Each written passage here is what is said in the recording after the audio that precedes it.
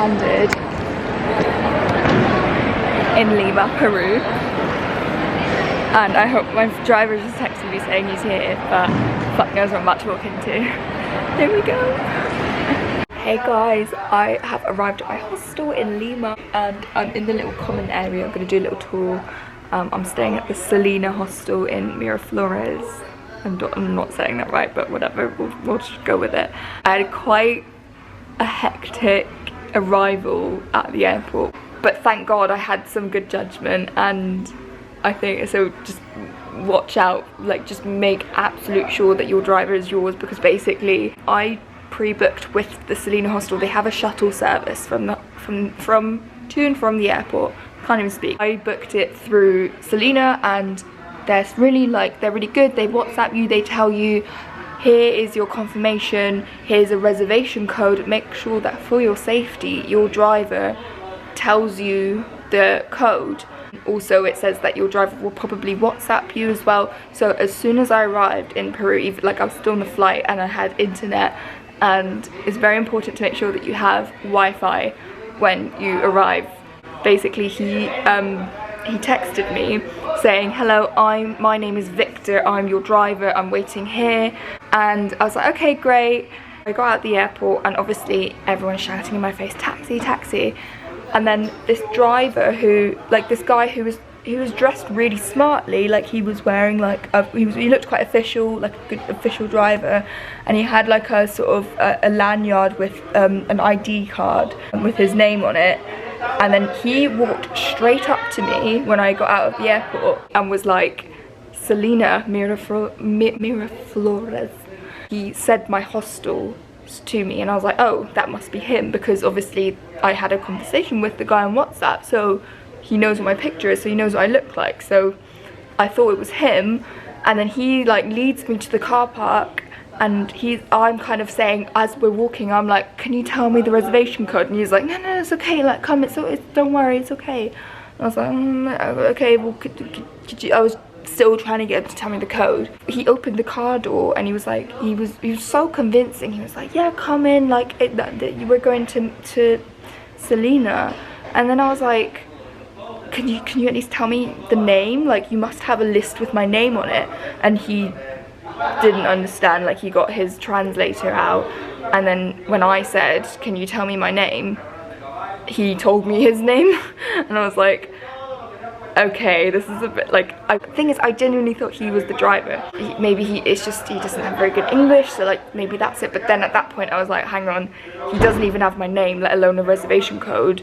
He just has the hostel, which is quite a common hostel for people to go to. I think he's just run up to me and gone, Selina. At that point I looked at my WhatsApp chat again, and then I realised that the guy that had texted me was called Victor, and this guy was showing me an ID card that said David. And then I was like, you're not my driver. I called my driver and I was like, where are you? And then this other driver was following me the whole time as well. My actual driver sent me a picture of the sign that he was holding with my name on it as well, and where he was stood. And then when I actually got to him, he showed me on WhatsApp like my booking and all my information that I had to enter on the Selina booking site about my flight and stuff. So I was like, well, it must be him. I genuinely thought that guy was my driver, so I was really close to getting in that car. And then first of all, I would have been charged for a driver that I just left at the airport because I'd gone with someone else. And also I don't know if he was even legit. So make sure that when you arrive in Lima, I'm sure this is the case in other countries, and it's such common sense, like make sure that your driver is yours. But like, Jesus Christ, I thought I was being a bit dramatic when I was like, oh, can you tell me the code? But then when I realized he didn't even know my name. So it's been a bit wild, but I have arrived at night, and whenever I arrive at a place at night, it's always a bit scary, and then the next morning it's usually fine. So I'm gonna show you the hostel because it actually looks quite cool, and it's still quite lively. It's a Tuesday night, and it's now 11 p.m.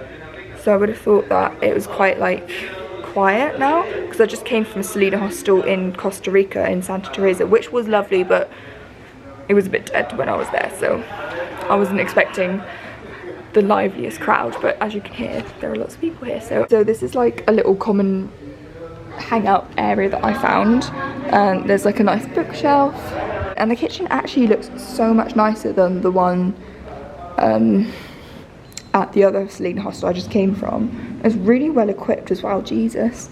And also at check-in, they were so lovely. They told me like, oh, have you got breakfast included? They asked me, and then I was like, oh no, because I'm basically getting a bus. I'm getting picked up at 6:30 tomorrow. The restaurant opens at 7, and they were like, oh, just tell us like what you want, and we'll just make sure that somebody's here to get you your breakfast at like 6 AM. I was like, okay. And it was literally like $4, so I don't know what breakfast that is, but I told them a vegetarian thing, and I think they're gonna make me something vegetarian. So good impression so far of the hostel. I've checked into my room.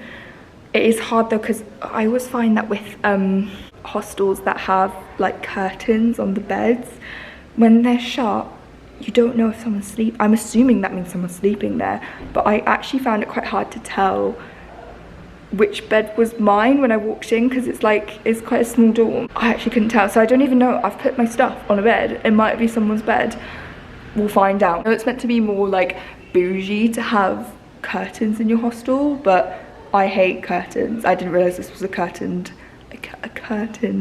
hostel. I like seeing who's in the room, and you can't, it's like a bit more anonymous, and it's just a bit creepy. I'm actually really hungry, which is a problem because it's 11 PM and everything's shut, and I'm not going outside at this time, so I'm just gonna have to be hungry until the morning. But I have to get up in like 7 hours, so less than 7 hours actually, so we're just gonna roll with it.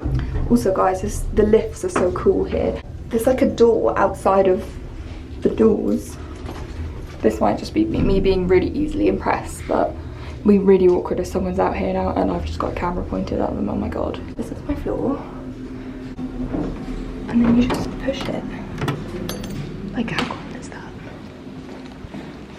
So that's what I mean. Like, you pull a door open and there's a lift. How fun. So yes, I'm wearing the same thing as last night. I'm currently waiting outside my hostel. It's like 6:30. I've had about 5 hours sleep. And I'm waiting for my Peru Hop bus. So I'm hoping I'll see it here.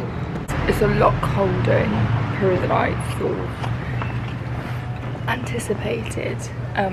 And also I feel like a majority of my vlogs are going to be in hostels, because even right now I'm sat outside my hostel, but I'm a bit like, oh god, I've got a camera out in public, people can see me. I'm going to vlog how the Peru Hop bus is. I've only got a 3-day tour of it booked, but we'll see.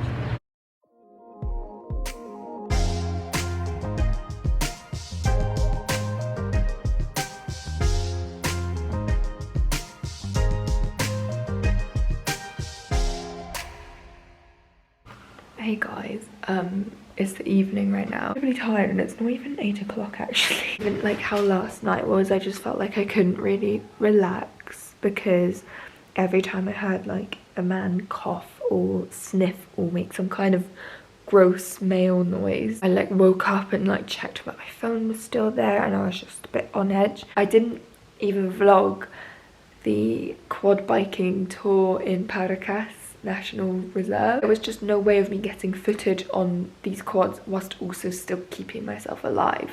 It was fucking unreal. It was so fucking good. It's like, I've never done anything like that. It was probably the best thing I've done on the trip so far, which is weird because it's the first day in Peru. It's the end of my first day in Peru right now. It's such a highlight. I've only been here for a day, and it's, I mean, I can see that being a huge highlight of this trip.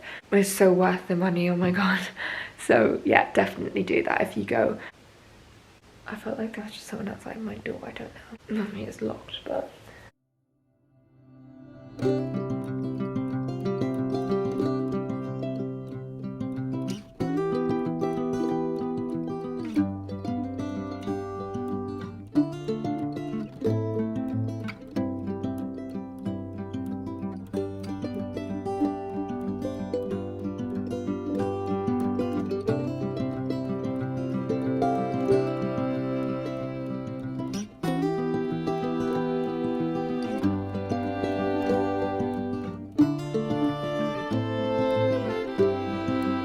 Look at what this, oh my god, there's no way. Like, I just don't understand how people are doing this. There he goes. Do you reckon? Oh god.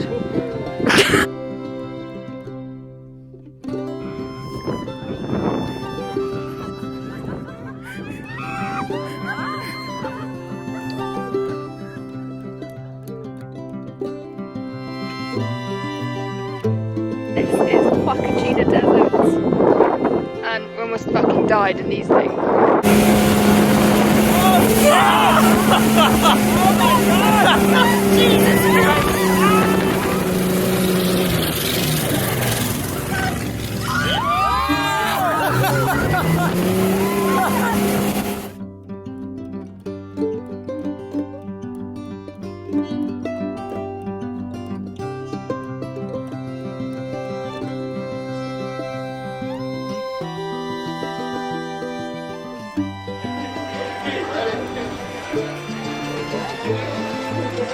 So this is the Pisco Vineyard in Huacachina. It's the last day of the 3-day bus tour of Peru Hop, and we've just been tasting a bunch of like Pisco wines and stuff.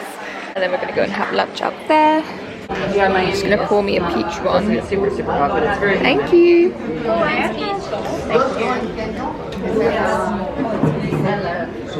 Oh. Abajo, al centro y adentro. Cheers. Hey guys, it is like 25 past 10 in the morning here in Lima. I've kind of fucked it. I've got checkout at 11, but also my free breakfast, which is not free, included in the price of my room, which I upgraded to last night because I arrived at like midnight and I was like, I do not want to go into the dorm right now.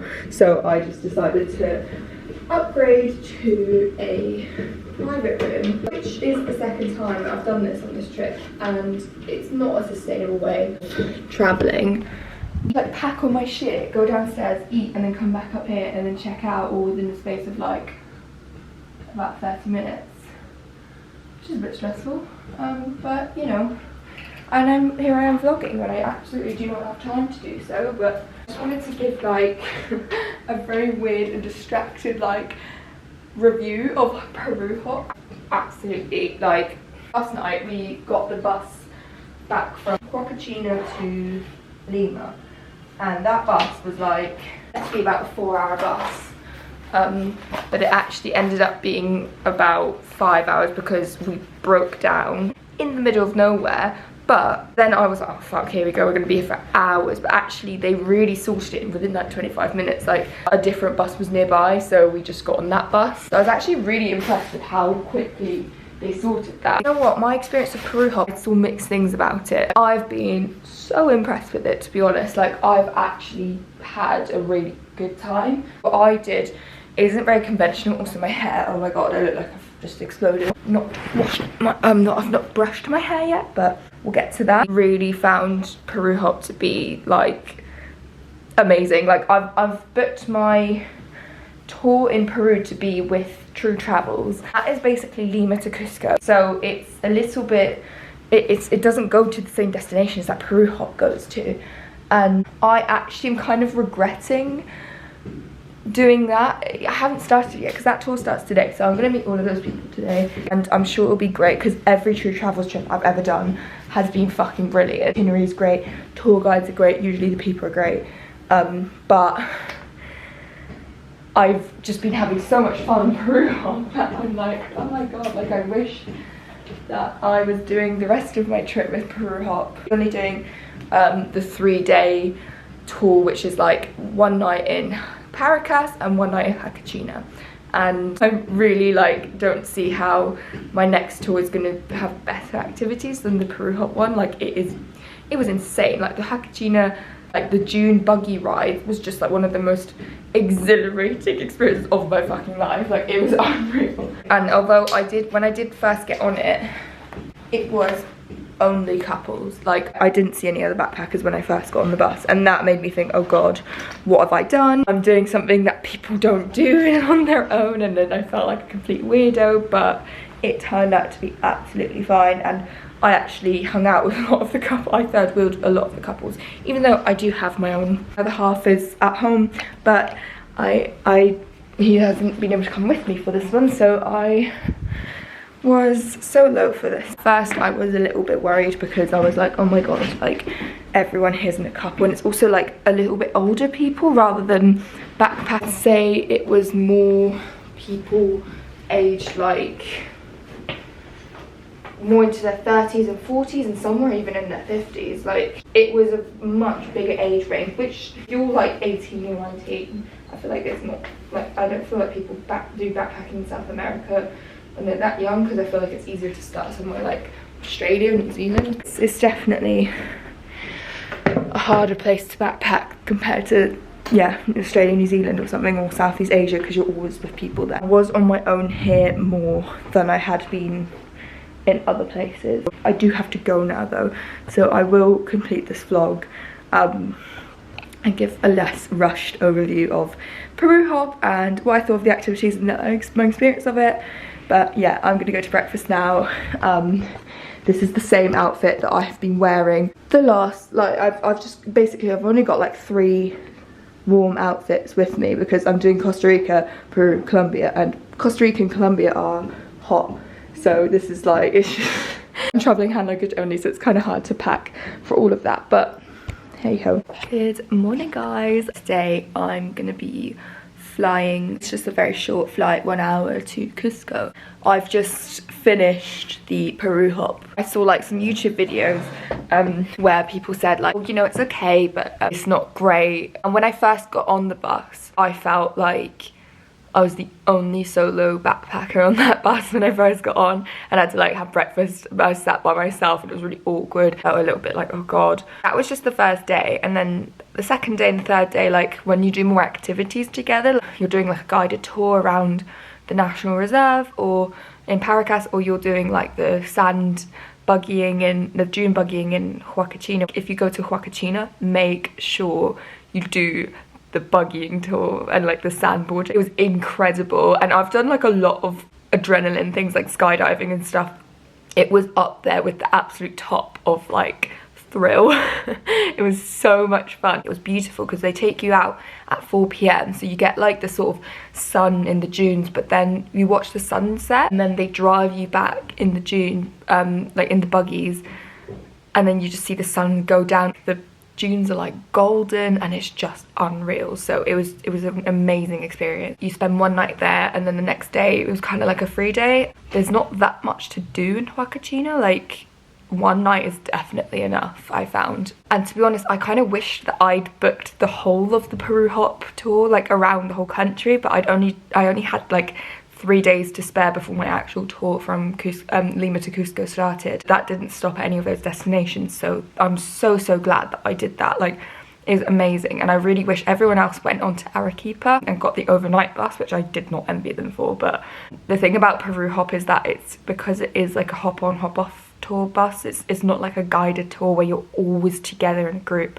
like the tour that I'm doing now with TruTravels, which has its benefits because as a solo female traveler, like it can be really easy to feel a bit uncomfortable. Like if you don't make friends, if you don't meet people, then you're going to be sat having dinner by yourself, and then you have to think about when it gets dark and walking back to your hostel before it gets really dark and creepy outside. Like things like that are shit to think about, whereas when you're in a group you don't have to think about those things, and you can actually enjoy nightlife. You could go to the bars, a nice restaurant, and stay there in the evening. I did have to take these things into consideration. Like I usually didn't eat very late. I would eat between like 5 and 6. Like I would go to the restaurant between that time. But that's like the benefit of obviously like a guided tour, and Peru Hop is not really like that. Like you do just get left to your own devices. At some points, like some couples took me in, like I sort of third wheeled some couples. They were like, I would run into them in the street and they'd be like, oh, are you looking for breakfast? I was like, yeah.